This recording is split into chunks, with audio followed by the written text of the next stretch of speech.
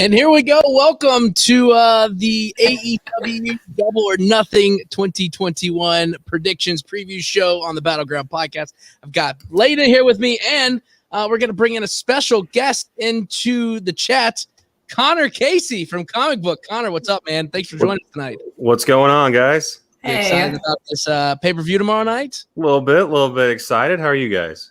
We're doing great. We're glad that you jumped with us. So it's kind of cool to see a full capacity crowd at a pay-per-view now. And watching, and I kind of forgot about AEW Dynamite last night being on, and until I start seeing people like, hey, AEW, and just seeing the crowd and hearing a full packed audience singing Judas probably was the best thing in the world. Yeah, absolutely. It's so exciting. I can't wait to be in that myself, I will say. I'm ready. And, earlier this week, you talked to Cody. We had talked to Lance Archer and tried to get it out of Lance if there was a Nashville date for AEW coming soon. But, of course, lips are sealed on that. So we'll have to wait and see. So let's kind of get into this. Normally, we do these prediction shows either on the audio podcast or we do them an hour before the show. But we wanted to do something different. So we decided to do it the night before and let a lot of people join in. And by the way, if you are watching this, whether it's on Twitch, YouTube, Periscope, which is, I was shocked that that's still a thing, or YouTube, you could chime in, leave a comment, and we can get your question up there. But let's kind of just go ahead and look at everything that's happening for the AEW Double or Nothing pay-per-view. So kind of getting it kicked off, let's do Serena Deeb versus Riho for the NWA women's title. And we'll start with Connor. What do you think about this one? Man, how do you put maybe the best bell-to-bell match on the pre-show? I don't know what they're thinking here, but this one I think is going to be a lot of fun. I think Serena keeps it, and I think this summer we are treated to a Baker versus Deeb rivalry to kind of whet the appetite for Thunder Rosa title chase. Ooh. But it's going to be some fun times in that division. That's going to be a good match. And, like you said, I mean, I would like to see Deeb and Britt Baker go at it, and maybe throw in Thunder Rosa in there a little bit. But, I think, and it could be, one of those things. I would like to see Riho win that NWA women's title. I mean, she was already posting the photo with her photo already in the title already. So, maybe that could be a spark for the NWA roster, and maybe that could bring some stuff over there for her. Well, you got on their show right now, you got people fighting for the right to not have to work on NWA Power. That's I don't know if that's a good thing or a bad thing. It's not a good thing, guys. That's a problem. But yeah, I think that, like you said, being on the pre-show, I just don't understand why that's on the pre-show. Maybe it's to get people to buy in, and that could be a thing that could possibly be one of the top matches of the night, because Deeb is a hell of a worker, and so is Riho. So it's going to be an amazing match. And what are you kind of thinking about this, Lena? Definitely thinking Serena retains this, although I love Riho, and she is just an amazing athlete. So I'm excited to see her get back in the ring and show us what she can do. And you never know, they might throw us for a loop and Riho might win. But I doubt it. We shall see. But I'm really looking forward to it. That's going to be a fun match to watch, most definitely. And it's another match kind of looking at it. And I was watching last night, and I was trying to figure out, and maybe Connor or Lena, you could help me out. I was watching where Adam Page, and he got busted open. I didn't see how he got busted open. I know, I didn't either. It was kind of like a Joker-esque look on his face on certain things that people had posted up. But pretty excited to see Brian Cage and Hangman Page go at it. So let's start with Lena. What are you thinking on this match? Hangman Page, 110%, because I am just one of his biggest fans. Brian Cage just doesn't do it for me. I don't know what it is. I mean, Taz might come in. I'm just saying, I love Hangman. Connor's giving you right now. He's the machine. You love him since Lucha Underground, man.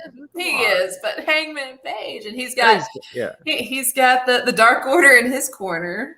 Yeah. But I mean, Brian does have Taz in his corner, so we'll see. But it's gonna be Hangman. I think I know where they're going with this one, because if I know the rankings in AEW are kind of like you look at them and you roll your eyes and you try to pretend they don't exist, but they are trying to tell a little bit of a story with it because Hangman was positioned as number one contender. And right before all the build to Double or Nothing started, he lost to Cage and suddenly he's miraculously out of the rankings. So I think this is the beginning of that story, is him finally beating Cage, getting back in the rankings, and building up to that match with Kenny. And I'm thinking we're getting that at All Out. I think that's what it's going to happen. Because, I mean, watching it last night, and I guess the promo really elevated this match between Hangman and Brian Cage. And I just feel as if this is going to be another one of those matches, and Page is going to go over Cage, and finally we'll move on from the Team Taz and the Aftermath. And maybe I wonder if Hangman wins tomorrow night, does he become the FTW champion? It's not on the line. I wish they would start defending it more, but for some reason that's not being mentioned. I don't know what's up with that. And I feel as if the BTE championship gets defended more than the FTW championship. True. But yeah, I mean, I think that Adam Page goes on to win this, and like you said, it gets us set up for Omega and Hangman again, and we get it at All Out. But the other stuff, you look at the Casino Battle Royal for the world title shot, and there's all the rumors of who it's going to be, and we can kind of get to that here in a little bit. But I mean, I'm looking at the who's in it. You've got Christian Cage, Matt Sydal, Powerhouse Hobbs, Penta El Zero Mera, Jungle Boy, Matt Hardy, Private Party. So many people are in this match, and it's always that one person that everybody's like, who's the wild card? And we'll get to our thoughts of who we think that's going to be. But Connor, what are you thinking on this one? Do you want my prediction for the surprise or the winner? Let's do winner, and then we'll go to surprises.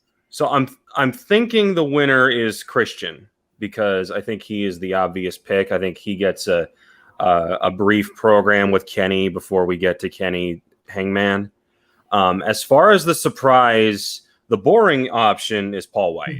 And I say that because if you look at the advertising for the match, and it made more sense when they announced that he was on the commentary team, but you've got all these cards, and then you've got Paul White sitting there at the bottom, and you're like, gee, I wonder who the surprise is going to be. And they're like, no, he's just on the commentary team. Well, what's stopping him from, that 21 spot comes up, and he just stands up from the desk and goes, well, time to go to work. And he just rips the shirt off, and it's Royal Rumble-esque. Exactly. Booker T, Michael Cole, that whole thing. The fun surprise, of course, is Andrade, which of the wild cards that are out there right now, he's the one that makes the most sense and the one that can actually show up. For all you folks saying Samoa Joe, check your calendars again. We still got a couple months. And I don't think it's Daniel Bryan. Much as I want, but it's not.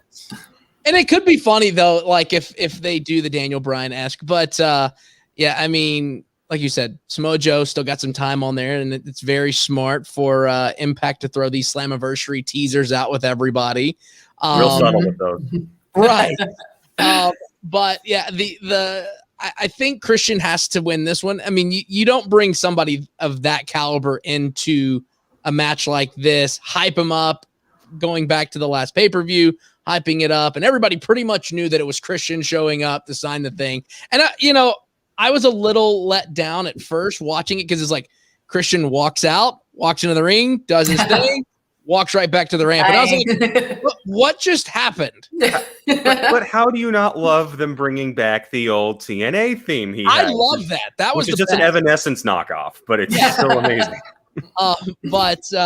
So I think that Christian does win this, and of course, reading all the dirt sheets, like you said, Connor, and I feel as if it's Andrade, it will be the surprise. But, maybe what if, just hear me out, what if that final contestant is Moose from Impact? Because he's already gotten back with Omega for the Impact title.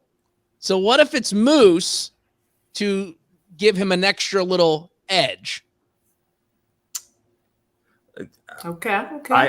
So you can check this out on comicbook.com right now. Cheap plug. I did do a list of 7 speculative wrestlers, and Moose was on the list, but before him was Rich Swann, who we have not seen in a match since he lost to Kenny. And I feel like that one I love Moose, and I think he is kind of the silent crown jewel of Impact right now that nobody's talking about.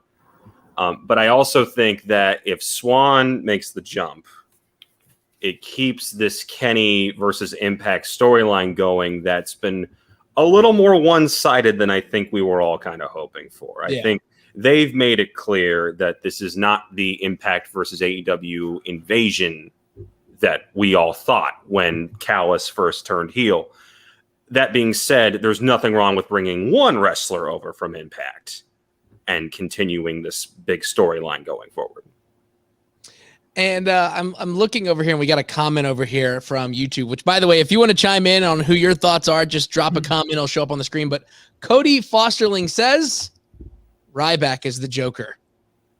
So there's that. Nah. But, I mean, it would be funny if he showed up, but I feel bad for the guy because, like, every time he does the poll, I think he left the retire up there just for the reason to leave it up there. And as much as the IWC of the internet wrestling community, they're all going to click retire, except for the Ryback marks who will click AEW or Impact or whatever. But Lena, what are you thinking? I know a lot of people are saying Christian Cage, and I mean, he is there to outwork everybody. So what better way to do it than through this? I'm gonna throw just a little wrench in there and say it's Jungle Boy because I love Jungle Boy. Let's get him that push and finally get his title run. But I know a lot of people are also saying for the wild card it could be Nick Gage. I don't know how likely that could be. I like that one. I like that one just for the Dark Side of the Ring tie-in. Exactly. Yes. Because AEW, unlike WWE, is trying to associate themselves with the show, and what better week to pull the trigger than that? But yeah, yes. But also, I feel like, and anybody who watches GCW knows, him and Mox are a thing right now. So, do you address that at any point?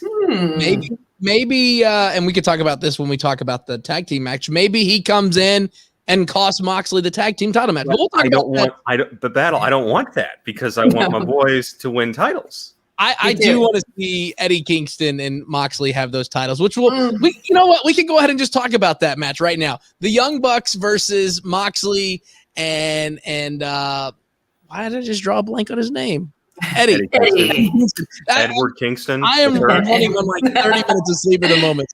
So Bucks versus Moxley and Eddie Kingston. Let's talk about this, Connor. I know you want them to win the titles, right?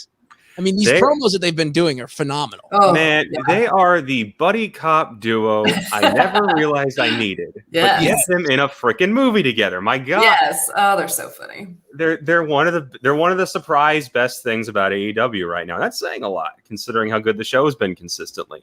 I know some people are hesitant to give these two the titles because they're not a tag team, and they've kind of addressed that much. Mm-hmm.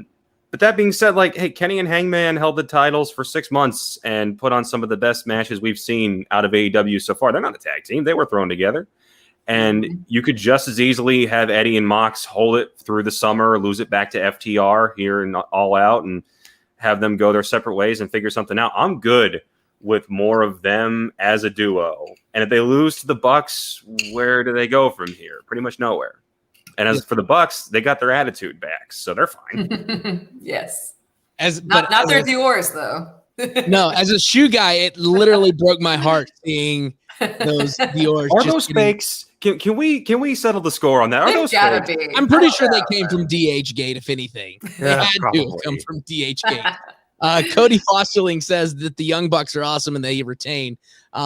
Real quick, speaking of Eddie Kingston, he is actually going to be at the Tracy Smothers Memorial Invitational Tournament, which is happening in Springfield, Tennessee in November 13th. Of course, you can get more information about that at smothersinvitational.com. We know how much Eddie and Tracy were really good, close friends. So I think I would want to see Moxley and Kingston win. The question is do we get the Wild Thing theme song tonight? as he comes out. I know Tony had said that they're going to use it sporadically here and there, which is fine, but I feel as if that it's time for Moxley and Kingston to get that title. I think it's time for Kingston to have a title in AEW. Yeah. I was really hoping that we'd see him with the TNT title because I was thinking of how much gold in promos we would get every week when that title was on TV. Because like when Cody had it, it was on TV every single week. When Darby had it, it was kind of like sporadically here and there. And they got better with it as it went on. Right. With him, and I think if Eddie would have had the TNT title, I think that would have been pure gold. Just say, here's a microphone. Just go out there and do whatever you want. So go tell Arn Anderson you're going to put him in the grave and smile. It's like you earned a job off that line, my friend. And that's the thing is like when he came in, I remember I think this is like kind of right after after he was kind of in the limbo with NWA. And when I heard that voice on the microphone for the open challenge, I was like, it's about to get nuts. And then the fact that he got the job offer right after that means you're doing something. Oh, yeah. And kudos to Eddie for selling that exploding death ring match. Oh yes. I thought about that earlier. Kudos to him for doing that one. But let's look at the Anthony Ogogo versus Cody Rhodes, and this is one of those things that I see your face, Connor. What's to look for? Do we want to address the 10-ton red, white, and blue elephant in the room? And it's that Cody promo from a couple weeks ago. The Captain America one? It was more like U.S. agent promo. Come on now. Don't you tie in my boy Steve Rogers into that. Give us your thoughts, Connor, on this. Oh, man. So the promo itself was a bit all over the place. Cody, and so the quote that he got heat for this week, and you've seen it out there, the one where he's like, oh, I'm focused. I focus group this. He told me the same thing, and I cut it out for brevity's sake, to be honest with you. But then when he explained, like, I misspoke. I don't literally have a focus group. I have legends and my inner circle of people that I go to. And I ask about this, and I go, okay, I see that. I definitely understand that because you probably work with a lot of like-minded people, and they probably thought, yeah, sure, it's great, sounds great. And then you watch it, and then you go, oh, not the best message. Your heart's in the right place, right? But some of the points that are made, you're just like, what? Wasn't this about the Nightmare Family versus the Factory? When did the patriotic thing come into play out of literally nowhere? I forgot Ogogo was British until he brought it up. Not to walk all over you, but as for the match itself, bringing that angle into it, putting it on Memorial Day weekend, giving yourself the American Dream nickname. In any other situation, I would say Cody does the honors, makes Ogogo look like a star, and puts him over. Right. Not when we're red, white, and blue for a full weekend. No way. He's going over. And they've already kind of given him the out with Ogogo saying in interviews, yeah, my ribs messed up. Gee, I wonder what Cody's going to go for. Right. And, I think maybe you guys might have reported it or not, but Anthony talks about like one of his eyes. He's going blind in, so there's not much time left. We actually, that's actually been known since microphone issues. Since before he was signed, we actually knew that. That was why his boxing career ended. Right. 70% blind in one eye. And he could go with, what's scary is that he could go full blind in that eye with one wrong hit. Oh gosh. And that is a scary moment because wrestling is not always perfect. No. And there could be a thing. Prime example when Cody did the dive and busted his head wide open. It wasn't planned. And so it's a scary thing for Anthony. But like you said, it's very hard for Anthony to go over when it's red, white, and blue weekend. And do I think Cody is going to get like Mania style entrance? Yes, most definitely. He's going to get everything. I don't think he's going to come out like Creed and Rocky and have somebody singing with him. But if he came out like Apollo in Rocky IV, and then got one punched, because I don't know how big you are in the anime battle, but Ogogo is one punch man right now. He is just, I hit you once and down you go. Yes. And I wouldn't hate it if they did that with this match, and they did it where he's coming out like Apollo Creed, and you got a James Brown imitator in there. It's not going to happen, but I wouldn't hate it. I know some people are like, is he going to TKO Cody? But I don't think that's going to happen. And coming from like me, who didn't know who Anthony Ogogo was, there hasn't been much buildup in who this guy is. So I'm like, I don't see him winning. I just kind of saw, when I saw him numerous times, I just saw him with QT, and I was like, who is this guy? Like, he's just kind of hanging out in the back. Is he going to be like, he started talking a little bit, and I was like, okay, boxer, got it, figured out who he was because I Googled him. And I was like, okay, so where's this angle going to go? And then it's like, we're in, like you said, the promo that he cuts, and it's like America versus British, and it's like but we like the British, so where did this come from? No, this isn't like back in the day when it was, Sergeant Slaughter versus the Iron Sheik, and it was like the height of that. No. So it's like, where does this benefit Cody? Where does this benefit Anthony? And I think Cody is one hell of a worker, and he is really good at putting people over.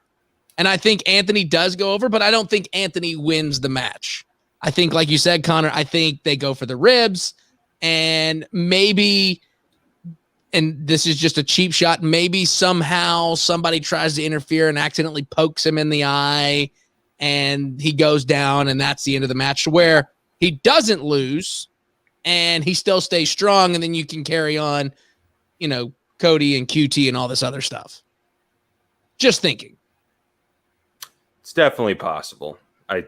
But again, the fact, if you had just kept it to the storyline that it was pre that promo, I think you're set for something interesting to happen on the Go-Go. The moment you throw patriotism in it is the moment we throw everything out the window and say Cody wins.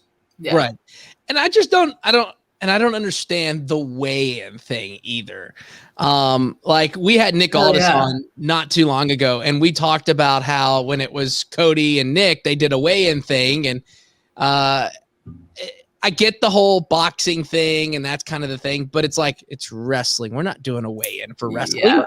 Like, why? Well, one's 218, one's 219. Right, and they do. Obviously, they do it with MMA, and if you did, anybody who did, amateur wrestling in high school, you weighed in then too. Right. But it wasn't this big kind of ceremony thing, and that's just Cody. And he's brought this up many times. He wants, when it comes to his stuff, not specifically what Kenny and the Bucks are doing, which we can get into that. Yeah. In terms of, are the EVPs fighting or not? He wants his stuff to still be a sports presentation. So when he wants stuff like the weigh-in, I get it. I get what he's going for. And he's a very good showman when it comes to that stuff. I mean, you look at the roster. Cody's the only one that comes out the middle. Cody gets makes it the big ordeal. Like, for example, the gender reveal. I mean, normally you see on YouTube people blowing stuff up. You don't get a full stage of pyrotechnics and confetti and a jumbotron. And kudos to him for doing that, because that's an awesome thing. And but Cody comes from that wrestling background, and I mean, he's getting to do the stuff that he wanted to do in WWE, and he's now finally getting to do it, which is why some fans are like, Cody's getting to do this, blah, blah, blah. Well, he's finally getting to get what he wants and do what he wants, because let's be honest, we all thought Stardust was kind of Maybe that's the wild card tonight in the Casino Royale. It's going to be Stardust. That would be awesome. But you kind of mentioned, and I was on the media call the other day, and you were there as well, and Sean Ross had asked about the relationship of the EVPs and everybody else. So for those that weren't on that call, what kind of give them a little background of what was happening, what Cody said. So the report that came out wasn't so much a report as it was Wade Keller of Pro Wrestling Torch and Jason Powell of ProWrestling.net, who, I remember listening to their podcast together in high school. So they are well established and have been in it for a long time. You listen to any of the media calls, you will definitely hear Jason, because he's always coming out with a heavy question, especially Triple H. Mm-hmm. They were on a podcast a couple weeks ago and mentioned that basically the EVPs were not on speaking terms. And Meltzer and Sean Ross Sapp both then kind of put out follow-up reports saying, we can't confirm this, but this does sound correct. Though nobody's coming forward directly and saying, hey, the 4 EVPs are fighting. And Powell and Keller's report went so far as to say that some big names in WWE that they were labeled as difference makers were hesitant to jump to AEW because of a potentially hostile work environment backstage, right. a divided leadership. So Cody gets asked about this, and he says, look, I talk to Matt and Nick every day. I talk to Cody quite often. If the 4 of us were fighting, this would not be able to work. And we're all operating under Tony's leadership and his vision. Now, do I buy that the Bucks and Kenny think that wrestling should be one way and that Cody thinks it should be another? Absolutely. Yeah. If you look at how they present themselves, if you notice that everybody who's involved with Kenny's storyline doesn't mess with Cody, doesn't associate with Cody. Cody's entire storyline might as well exist in its own world because there is no crossover until after a pay-per-view and then MJF decides to go do stuff with Chris Jericho. Cody hadn't been in a ring with Moxley because Moxley's over in Kenny's corner. So if you're telling me that they're both doing their own thing on the one program and that there's space enough for both, I believe you. Now, are you telling me that they're not talking to each other and that they're fighting backstage constantly? Little less inclined to believe that, because he does make sense. You know, if it was 4 guys and they all have their different vision and they all couldn't get along, you wouldn't be able to operate very well. It's not like Tony can just shout them all down each time and say, we're doing what I want to do. Everybody shut up and let's go. No, because there is a flavor that's brought to each segment, each match, each angle. You can tell whose fingerprints are on what. The Cody promo, you know, that wasn't Kenny. That wasn't the Bucks that made that happen. That was Cody. Yeah. So I don't think it's as hostile, but this is purely speculative. I could be completely wrong. But from everything I've seen and everything I've heard and everything people have said, I don't think it's as hostile as it made out to be. But if you told me that they don't get along on everything or they don't agree on everything, sure. And I think we knew that in Ring of Honor. Right. And I think that's like in any company, really. I mean, everybody's not going to be on the same page for certain things. And, you know, if they weren't, we would be able to figure out on TV whose favorite was getting buried, whose wasn't. So you would probably be able to see that. As wrestling fans, we're pretty good at spotting stuff. Sometimes we're not, sometimes we are, but you would think that if there was some tension between them, we would notice it by watching the product and whose hands got what in what match. And so kind of moving on to the next match, which I'm kind of excited about this because it's been, I've lost track. It's been a long time since we've gotten Sting in the actual ring. Yeah. And we've got Darby Allin and Sting versus Ethan Page and Scorpio Sky. And everybody that's watching, wherever you're watching, YouTube, Facebook, Periscope, Twitch, whatever, you can chime in, just drop a comment, let us know who you think you're going to win in this match. We'll throw it up there on the screen. And Lena, what do you think of this match? Oh, I'm so excited because I love Sting. I love Darby. But I am excited about this new Scorpio Sky little pairing that's going on here. But I want to see a Stinger Splash. I want to see a Scorpion Deathlock. I want to see a coffin drop. Maybe a coffin drop on top of Sting doing a Scorpion Deathlock. But maybe I'm just getting a little ahead of myself here. But obviously, Sting and Darby's last match together, I can't remember which pay-per-view that was, the cinematic one. Revolution. You know, you can make it look the way you want to, but now that you're in front of fans, you know, Sting can't necessarily do as much as these young guys. You know what I mean? So it'll be interesting to see how that goes. But I'm going to say Darby and Sting win this somehow. I don't know how, but that's the way that I'm going to go. So what do you think, Connor? I think you booked the finish with the Scorpion Deathlock.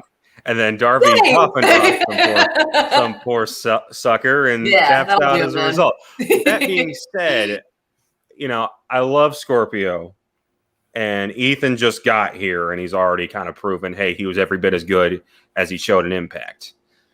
I'd hate to see them lose their first big match.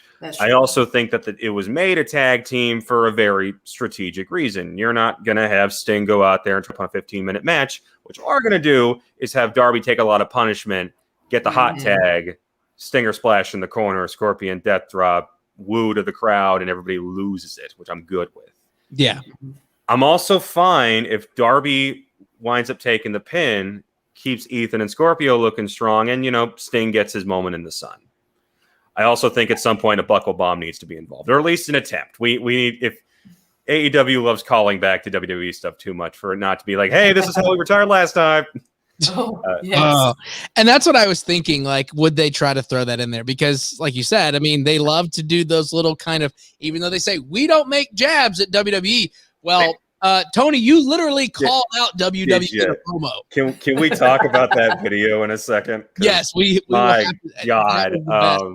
But I think what will happen is there will be an attempt. Like, they'll both get him up, they'll try for the bomb, and then Darby will pull him down. All the fans will be like, "Woo!" and then we'll move on. I think they'll have to do that unless Sting's like, "Nah, bro, I'm not going to do this because one wrong move and we saw what happened." But it did suck when you look at Sting's career when he came to WWE, and it's like, all right, you jobbed to Triple H and you jobbed to Seth. Like, this was Vince giving the big middle finger to you because you never came over. And you went to Impact Wrestling, which he had a hell of a career there too. But I do think that Sting and Darby win this because you don't have Sting lose in front of 5,000 fans. But if he loses, he's still Sting. And if Darby loses, he's still the Jeff Hardy of this generation. Like, it's not like their momentum is derailed. If Scorpio and Paige win, at least they look more credible in everybody's eyes. True. And that's the tough thing for this match because Scorpio and Paige are one hell of a tag team. And I will go ahead and state this, that as of 5/29/2021 at 8:32, that Scorpio and Paige will be tag team champions by the end of the year. Somehow, some way. I will say that right now. Okay. That's what I'm thinking, because you don't take Scorpio Sky away and, give him the brass ring and do all this stuff and split SCU up for him to just kind of be stagnant back in the tag team thing without giving him a tag team title. And by the way, we've seen those tag team titles in person and they are beautiful. That snakeskin belt. Nobody, you can't even tell when they're on TV, but that I saw them in person. I was like, that's real? Okay. Yeah. Damn, I didn't know that. Yeah, when we had them on, we had them because I think they came to you guys right after they left us, or vice versa. When the studio, before the plague. Before the plague. I think the last show that we saw before everything shut down was the New Japan show at War Memorial, and we had just gotten tickets to give away on the podcast for NXT in March. And that was when they're like, nope, sorry, pandemic shut everything down. So, and we all say, we'll be fine in a couple of weeks. Yeah. That sounds great. 2 weeks. Cool. A year later. But we're finally back to fans, which is great. But yeah, it's tough to have Sting lose this in front of 5,000 fans. But if Sting looks really, really good, which I'm pretty sure that everyone involved in this match will make him look good, and it's Sting, I think Darby probably takes the pin, if anything, because they're not going to let Sting take the pin. No. Yeah. And maybe it's one of those things that I don't know. I just need to see a coffin drop somewhere, somehow, whatever. And so but I think that Sting and Darby pick up the win, but it will kind of decline Ethan and Scorpio a little bit. But let's talk about this promo video from Tony Khan the other night. I was sitting there watching, and I saw it, and I was like, okay, all the reports came out. WWE's doing stuff with New Japan, and then it came out that they're only doing this so Daniel Bryan can go over there and wrestle. And so far, it's only going to be like NXT people going over there to wrestle and blah, blah, blah, blah, blah. Well, finally, they addressed everything in the most epic Tony Khan, Tony Schiavone promo. And Tony literally mentioned WWE in the promo. And what made things even better was, I sent this to Eli earlier, AEW tagged WWE on Facebook. And I was like, shots fired, maybe? So, man. I haven't seen it yet, I'll tell you. I saw the thumbnail, and I was going to watch it, and then something happened. So this is news to me, so I'm excited. Oh, it's the best. All right, what do you have to say about the promo? So a bit of a peek behind the curtain here. I have Fridays off, and I was actually at a friend's birthday party when I got a text update saying, "Hey, check out what AEW just posted." And I look, and it's like Nick Khan and Tony Khan addresses the WWE room. I'm like, "You what?" So I walk outside to my buddy's apartment's back porch. And I just put it up to my ear and just listen to him talk. And I just turn to a laughing maniac as he goes, "There's only room for one Khan in pro wrestling, and it's me." And I'm like, he's directly mentioning WWE President Nick Khan. I'm like, this is amazing. It's dumb. And everyone's like, "Oh, AEW should be embarrassed." It's like, do y'all just forget how childish the Attitude Era got? It was. I don't know if you guys have read it. The book Nitro, the one that it's kind of like the answer to Death of WCW. It's the, hey, here's what really happened. It wasn't the creative stuff that killed it. It really was just bad business decisions and a general disinterest from Time Warner. There was like lawsuits that were brought up in the book where it was just like, WWE, because of what you did with Scott Hall, Nitro, we demand that you openly advertise Raw on Nitro. And it was like, you can't be serious. You are this petty. And now everyone's like, how can AEW be this petty? I'm like, this is nothing. This is just fun. This is Tony playing up the character he's playing over on Impact, which is just a spoof of Vince over in Memphis. I loved this. It was goofy as all hell. It means nothing. It's going to amount to nothing. If anything, all it kind of proves is that, hey, yeah, whatever WWE was trying to do with New Japan, nothing's really coming of it because we got more stuff coming with New Japan and AEW. So right. And I mean, Tony listed off everybody that he's brought in from New Japan. I mean, you saw, which for a lot of wrestling fans, some people don't watch New Japan Pro Wrestling because, well, it's super early in the morning, depending on when you watch it.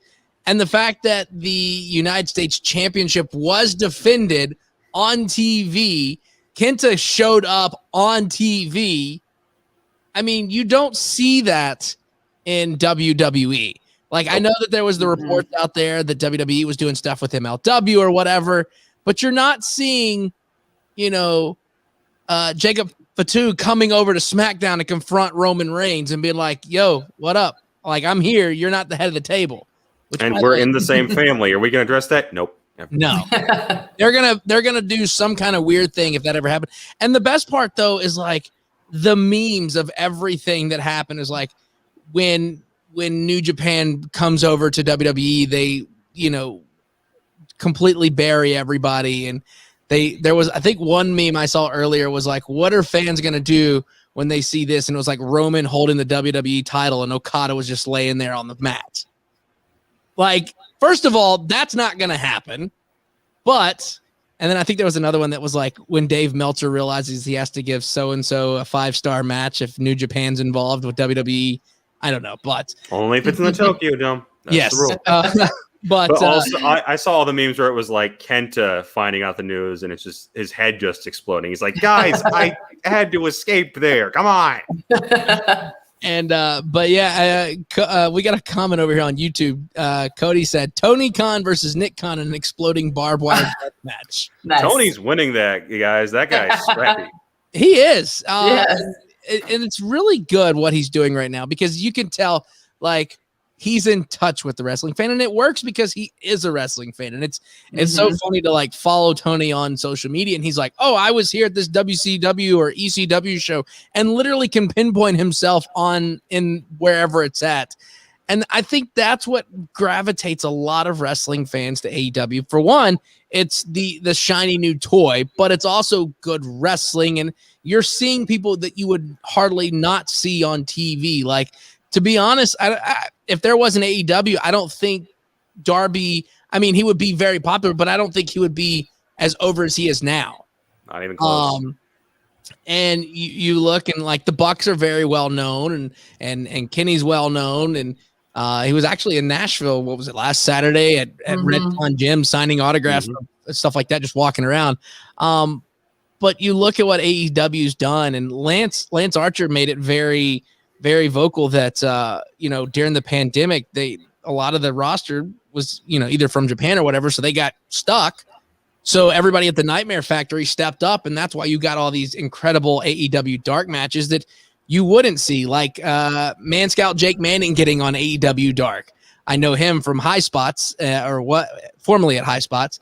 But you see a lot of these indie guys getting the shot because all the guys involved with AEW know what it is going from the indies to the big times. Danny Limelight coming out of nowhere and like putting on a good 4 minutes with Kenny in a tag match, and you're like, who is this guy? Yeah. And that's the cool thing, because if you look at the other product, they're not really establishing anybody new. Nope. And I think that's kind of the downfall at the moment, because you see the same matches every week on the other product. But on AEW, you get a little bit of change, storytelling, because they all know what they're supposed to do. And this is not the poo-poo on WWE hour, but no. I will say this to the people who have a problem with this Tony Khan promo. I'm just going to say it's fun. And when was the last time you could say that about Raw? Yes. Preach. I can't tell you when the last time I did watch Raw, but without let's get off of WWE for a second, and let's talk about the match that's going to be probably the fun match of the night, the Stadium Stampede match, Inner Circle versus the Pinnacle. And, if the Pinnacle wins, Inner Circle has to dismember, which I think, and I was sitting here and I was trying to look before we jumped on, I think Jericho's about to go on tour, right? He is. He can. I actually interviewed him about this right before the Blood and Guts match. There is a Fozzy tour confirmed for this summer. Perfect. So I don't think he's going. I don't think that they could lose 2 Stadium Stampede matches in a row. Or since they lost Blood and Guts, don't lose again. But I think it makes sense because of the Fozzy tour, because Sammy has kind of proven at this point, because he was an unproven commodity when he came in, and now he's proven I work as a face and I work as a cocky little heel. Santana and Ortiz, they deserve better in that tag division. I love them to death. And it pains me to see that they're just not more inserted into that title picture. And Hager is Hager. You throw him with anybody, he's going to make it look a little bit interesting. Yeah. There is plenty of logic behind, hey, they lose this one, the Pinnacle looks even stronger, and everybody gets to go play to their strengths elsewhere while Chris is taken off TV with a very legit elbow injury. Yeah. Yeah. So I actually will go Pinnacle on this one. I think Pinnacle does win this, and kind of piggybacking off what you said. I mean, Sammy, we've seen him grow in AEW. I remember the first time I saw Sammy wrestle was here in Nashville. It was at the fairgrounds, and I believe the company was Aero Lucha. It had just started that off. thing, yeah. Yeah, and it was like they were going to, because I had some of the guys on, and the Harris twins were a part of it as well. And I remember they had Sammy. Sammy was going to be like the face of the company, and he had just started a feud with MVP of all people.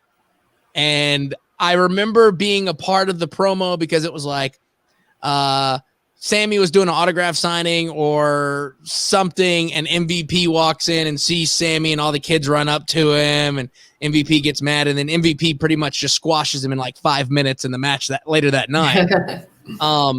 See, I just picture you in like your finest Mean Gene getup, like talking to Sammy, and all of a sudden MVP runs in and goes, MVP, you can't be serious. Here's the deal. I had like an old iPhone when I did that, because I was talking to him about it, and then I was talking to Conan in like this weird side room / closet, and like when I went back and listened to it, you couldn't hear anything other than the air conditioner running, and I was like, I can't do anything with this, guys. I'm sorry. But I think, though, the Pinnacle does win this just to make them even more stronger. And maybe, this kind of propels Maxwell into the title picture. I mean, the thing is, I'm still trying to figure out this diamond ring thing. Like, he's had it, but it was kind of like when Cody had the ring back in Ring of Honor. It's more of just, hey, here's a weapon that I get to use from time to time. Right. they're going to bring it up once a year. It's like, hey, maybe he loses this time. Nope, it's still his. And I don't, as much as I like him, as much as I think Max does need to get the title picture eventually, I think the Hangman thing needs to happen first. Yeah. Because I could see Hangman losing the title to MJF. Because it doesn't make sense for him to chase Kenny right now, because Kenny's the Thanos of wrestling right now. So you're not going to root for, the devil himself to take him down. Right. I do, though, want to see Kenny get some more titles around. And kind of make that Ultimo Dragon photo at least and have all the stuff there. But the one title that I don't see coming, and we had Nick Aldis on the show, I don't see that happening anytime soon, if ever. Because Nick is just too good holding that NWA title, and I don't think Nick will drop it just for the Thanos quest for titles. But to counter that, think of where NWA was pre-pandemic. True. With Power and with those first couple of pay-per-views. And now think about where they are now. And they're behind that paywall on Fight. And nobody's talking about the presentation anymore. I don't see anybody hyped up for Aldis versus Trevor Murdoch at the next pay-per-view. And the most excitement regarding any of the titles is the women's title being featured on another show. Right. So, and I think it would behoove Nick to at least listen. I'm just waiting for Tony to either, buy NWA or be like, hey, let's buy Impact or whatever, or just combine them all three together. But don't go back to the old NWA TNA days, because I was there at the fairground for that every Wednesday night. But with Conrad being the podfather and having pretty much all of AEW staff on a podcast platform, I'm pretty sure that they can make that happen with all of them getting together and bringing Jeff Jarrett back. But with the rate he's going, Conrad can buy NWA. That's what I'm thinking. I mean, he's got ads on there now, so. But I don't know. I mean, I want to see some fun stuff. With Pinnacle and Inner Circle. I wonder, I think the best people that sell in these kind of matches is Santana and Ortiz. Like, especially you go back and look when they went into that pool with Matt Hardy. That's the other thing I wanted to ask both of you. Do you see this? Because the first one, Stadium Stampede, was very comedical. Yes. Not comedical. Comedic. Do we see that again? Like, this doesn't seem like the type of match that would call for that kind of comedy. And was the last Stampede on Dynamite? No, it was on Double or Nothing last year. It was the Elite versus the Inner Circle. Yes, Kenny jumps off a 20-foot platform and murders Sammy. Yeah. I think this has to be a little bit more serious. Yeah. I mean, I think there's going to be there's little spots here and there that are going to be comedy, but I mean, you look at how brutal Blood and Guts was. And I've seen like certain little photos here and there of what it looks like out at Stadium Stampede, but I don't think there's going to be, like a Hangman riding a horse down or the golf cart bit. Or I don't see that. But the Hangman's at the bar and Hager walks up and just goes, pour me a drink. Right. I don't see that happening, but I do want to know how they're going to, I guess, have fans. Are they just going to make fans watch it on the screen, or are they going to allow fans to come into the stadium and watch that? I gotta think that's a logistical issue, because the two things are connected, but you got to somehow get the fans in and out of the amphitheater very quickly. Right. Because you don't want them shuffling their way back in for the next match. So right. I think they just go Titantron on that one. Yeah, but it'll be a fun one to see, just because last year we had that one. This one, it's gonna be. I'll say it's gonna be the Pinnacle that wins, because you can't have them being super strong and then losing this match after Blood and Guts. But you also got to do something where somebody's not falling on cardboard. Exactly. fall on cardboard, but still mess up your elbow, man. Yeah. Like everybody wants to knock him for it. They still got hurt. Yeah. I think it's painful to me. Here's the thing, and I'm not knocking Jericho on that. I think, I mean, for somebody like his age and still getting up there and doing that stuff and going from that high, I think from going into like the productions thing, if they didn't have it right there where you saw it, it was entirely the camera angle. Yeah. I think it would have been fine. But I mean, you look at Jericho taking that bump, that was one hell of a bump. You look at like, and I'm trying not to go back to it, but like Vince at Mania jumping off the thing up there. I was like, bro, you were like almost needing hip replacement and you're taking that kind of a bump, showing them how to do it. Well, pal, let me show you how easy it is. Yeah. Catch me, goddamn. But I think that there's going to be a lot of good bumps. I'm pretty sure there will be blood at least in this one. But I think Pinnacle takes the W. This gives everybody their time to shine, and Sammy does his thing, Santana and Ortiz do their thing, Hager does his thing, and then Jericho gets ready to rock Fozzy, and then I believe that Fozzy concert actually comes to Nashville too. It does. Can't remember when, but yes. It is. Looks like it is going Basement to be East, I think. Denver. Right. Yeah, it is Basement East. I did see that. So that will be a fun show to watch here if you're in Nashville, if you want to go to that. But so kind of moving on to the next match, Miro versus Lance Archer for the TNT Championship. I will go ahead and say it is way too early for Miro to drop the title. Yeah. And this hasn't been built up enough for me to be like, Murder Hawk's going to win. I love Murder Hawk, but yeah, like you said, Miro hasn't held the title that long, so. And he was just a guest on our show, which you can go back and watch that. But did you ask him about the hair? I haven't had a chance to listen to the interview yet. I haven't. We didn't get to ask him about the hair, but we did ask him if he wanted to have a match with Tim Tebow now that he's in Jacksonville. But yeah.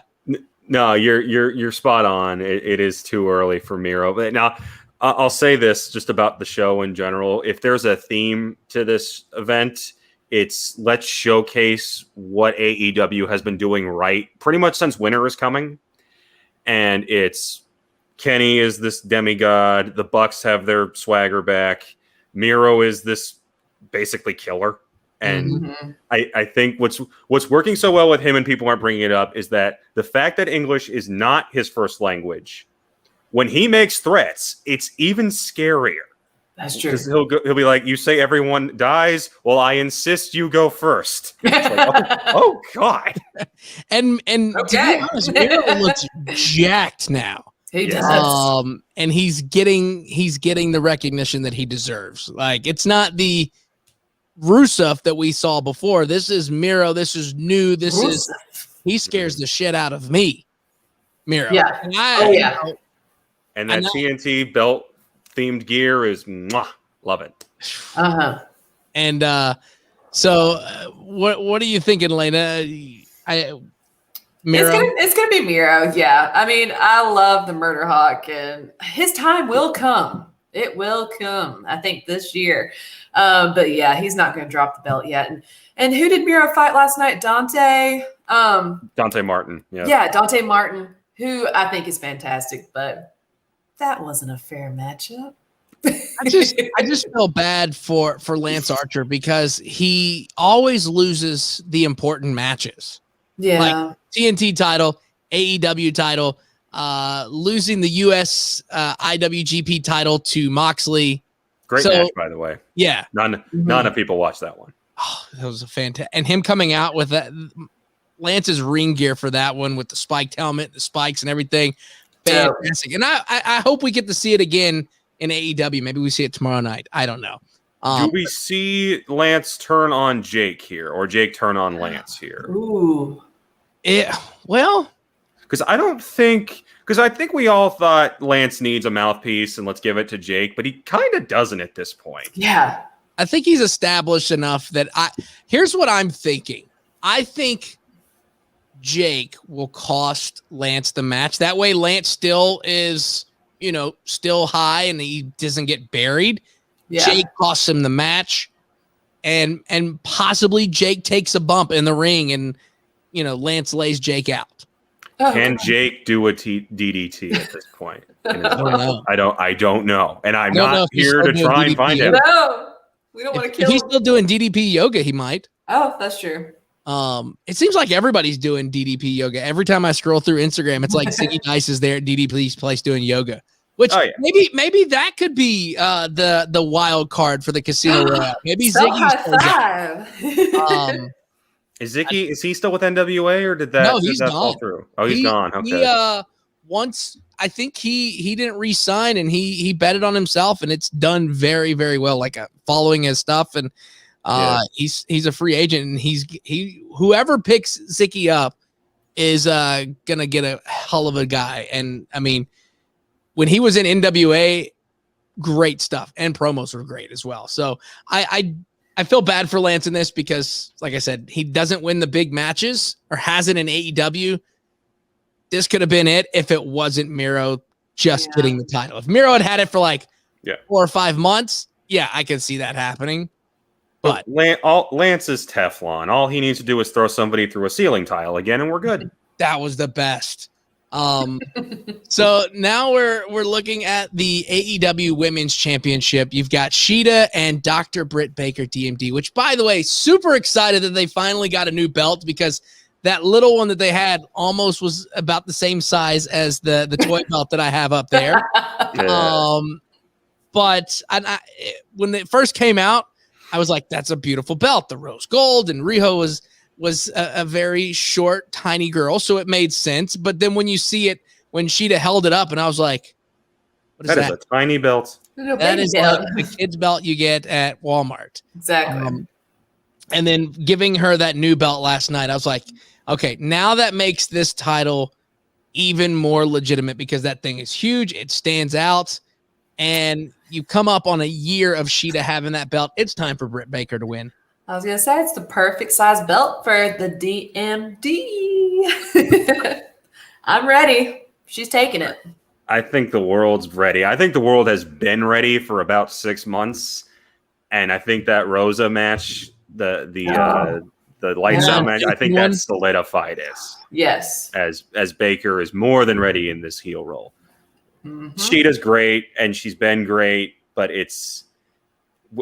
we've kind of been stuck in second gear with this women's division. There's a lot of talent, but we haven't reached a new level yet. We flirted with it with that lights out match, but that one didn't technically count.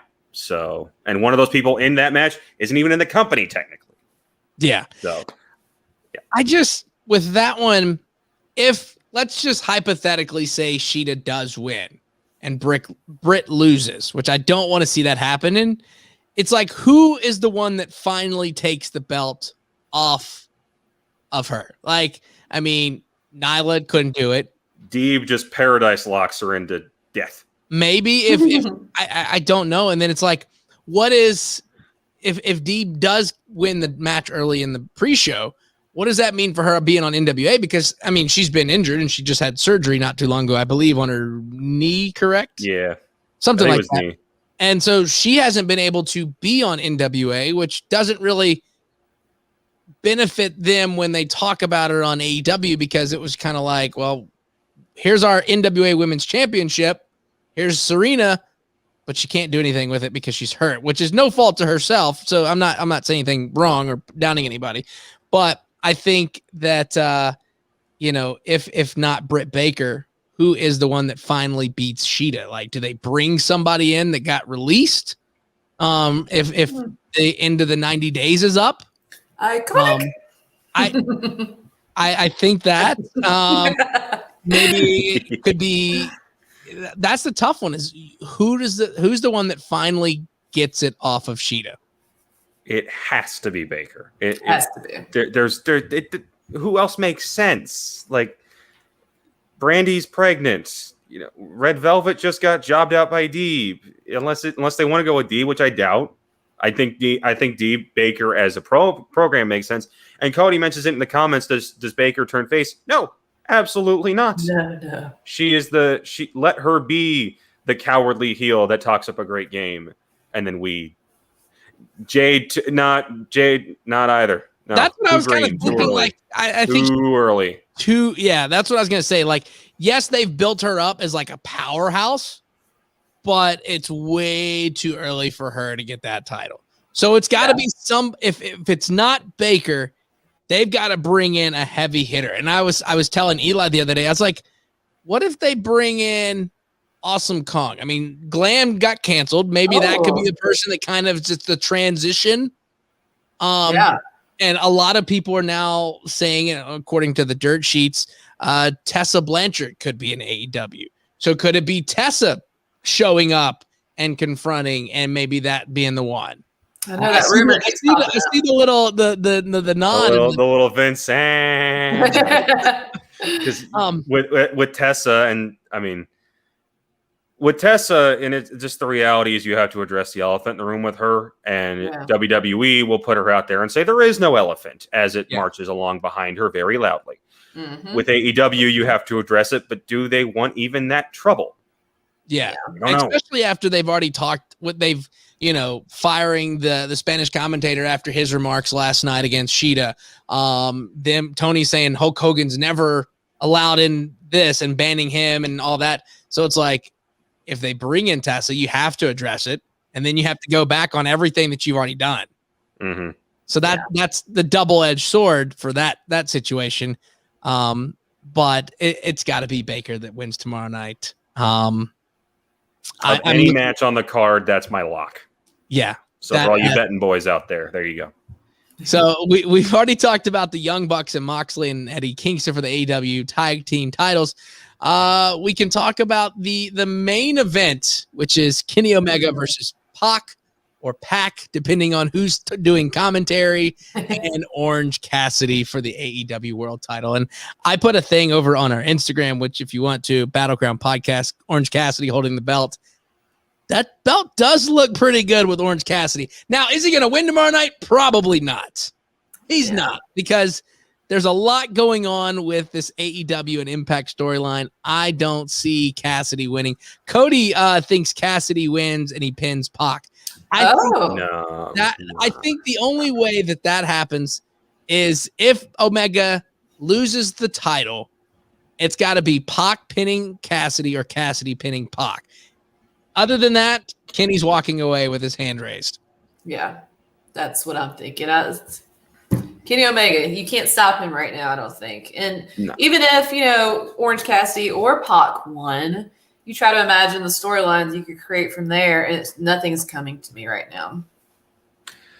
I just would like to take the moment to just drink in the fact that Pac is in the main event of a pay-per-view in a world championship match. You're never going to get me to complain about that. No. I love him. I love him, and I love Cassidy. And I think it was very smart and it's not really been addressed, but the fact that AEW, when it comes to title matches and big matches in general, they're not multi-man. If you've got more than two people in the ring, it's because it's a tag match or a big 10-man tag match. Everything else is very straightforward, one-on-one. This is the first main event that you've had with more than one person in it. That is interesting, since WWE's been doing that as of late. They do it a lot on a whim. On a whim. It looks like they're setting up for their second triple threat for the WWE title in as many months. Yeah. Without really rhyme or reason. No, this is Cassidy's out there because they acknowledge the fact that the fans are back, and he is going to get one of, if not the loudest reaction of the night when the Pixies start playing. Pac is in there because him and Omega are gold together. Put the three elements together, and you've got Kenny coming out with a win in a great match. And my fingers are crossed on this one, because the past couple of pay-per-views, the past couple of real big events for AEW in general, something has gone wrong. Some technical issue has gone wrong. The camera was out of place in Blood and Guts, so we saw the crash pad. The explosion at Revolution. Yeah. I'm asking that they keep it simple this time. No big surprises. No Andrade or Moose or Swan running out and messing up with Kenny afterwards. Keep it simple this time, guys. I was going to ask, there's probably going to be a surprise, but I mean, I don't know. I would like to see Moose come out at the end after whatever, just to kind of continuation the Impact storyline, because their pay-per-view's coming up not too far from here. The one that is it I'm trying to blank Against All Odds. Yes. So I feel as if the one you didn't narrate. Yes, the one I did not narrate. If you go back and you look at the Slammiversary, you might hear a voice, very familiar voice on that. But yeah, I think that would be a good opportunity for Moose to come out at the end. After Kenny wins. I do want to know, though, who is the one that's going to take Cassidy's super kicks? Because Pac's already taken them, so I think it's got to be Omega at least. Kenny, I want him to oversell him. Because Pac doesn't sell them at all. I want Kenny to be like, oh god. if he oversells them, that's going to be everybody's going to pop on that one. But it's like you look back at when Cassidy hit Pac with the super kicks, and he just kind of looked at him. He's just like, he's like, really? But yeah, so it's got to be Kenny getting the dub, and then we close out the night with I will call it Moose attacks him, and then I don't know how you end it that way. Maybe it sets up to help Impact get more people to watch, and maybe Moose holds that Impact title up. I don't know. I will only be okay with it if Moose breaks out the old entrance music he used to have in Ring of Honor and very briefly in Impact, where it's just the Moose chant over it, because they've downplayed it. Yes, in his most recent entrance, you got to just have it's just the chant done over and over, and have like 5,000 people go Moose, Moose, Moose, Moose, and you just pan to the crowds, and they just stare. I think that's the way it should end. At the end, Kenny's sitting there, hand raised, and all of a sudden you hear Moose, Moose, and it pans to the crowd, and you see everybody doing this, and then they just stand there face to face, and Moose either attacks him, and then it ends with Moose holding the Impact title, because that would be good for Impact's brand. I know this is not an Impact show, but to continue that relationship, I think that would be a good thing to have Moose standing there at the end holding the Impact and the AEW title and just looking at both of them. So, wouldn't hate it. No, would not hate it at all. But that's going to wrap up the AEW Double or Nothing prediction show. Real quick before we let everybody jump off, Connor, where can everybody find you at? And also, where can they check out all your work? So you can find me on Twitter and on Instagram at ConnorCasey_CB. You can find all of my coverage over at comicbook.com over on the WWE page. We're going to have full coverage of AEW Double or Nothing tomorrow night. We've already got the predictions up at the top of the page right now. You can go take a look at. You can see what myself, Evan Valentine, Nick Valdez, and Matt Aguilar all thought. We'll be providing our live coverage, and we will be predicting where AEW goes next, because we always love to predict what they do coming out of each show. So we'll have plenty of guesses for the summer and for All Out as things unfold. Awesome. Lena, where can everybody find you at? Yes, you can find me on Instagram and Twitter at Lena Del Beer, and you can find me at the Battleground Podcast with the Battlegals, and we're also on Twitter now, the Battlegals Pod, or Battlegals Pod. Sorry, it's new. It's so new. Battlegals Pod is where you'll find me. Iridian and Low couldn't be here tonight, so shout out to them, and we miss them, but we'll get them on here next time. And of course, if you would like to follow me, I am on Twitter, Instagram, Battle on Air. We are on Twitter at Battleground IHR, Instagram, Battleground Podcast. And we do now have official merchandise. So just in time for summer, you can get it down below. Right down there, we have tank tops, we have onesies, we have kid shirts. Go to whatamaneuver.net/collection/Battleground Podcast. Thank you guys for joining us tonight, everybody that has watched. And that is going to wrap up the show. Thank you once again, Connor, for jumping in with us tonight, and looking forward to your coverage tomorrow night. Woo. Thanks for having me, guys. Appreciate it. Peace.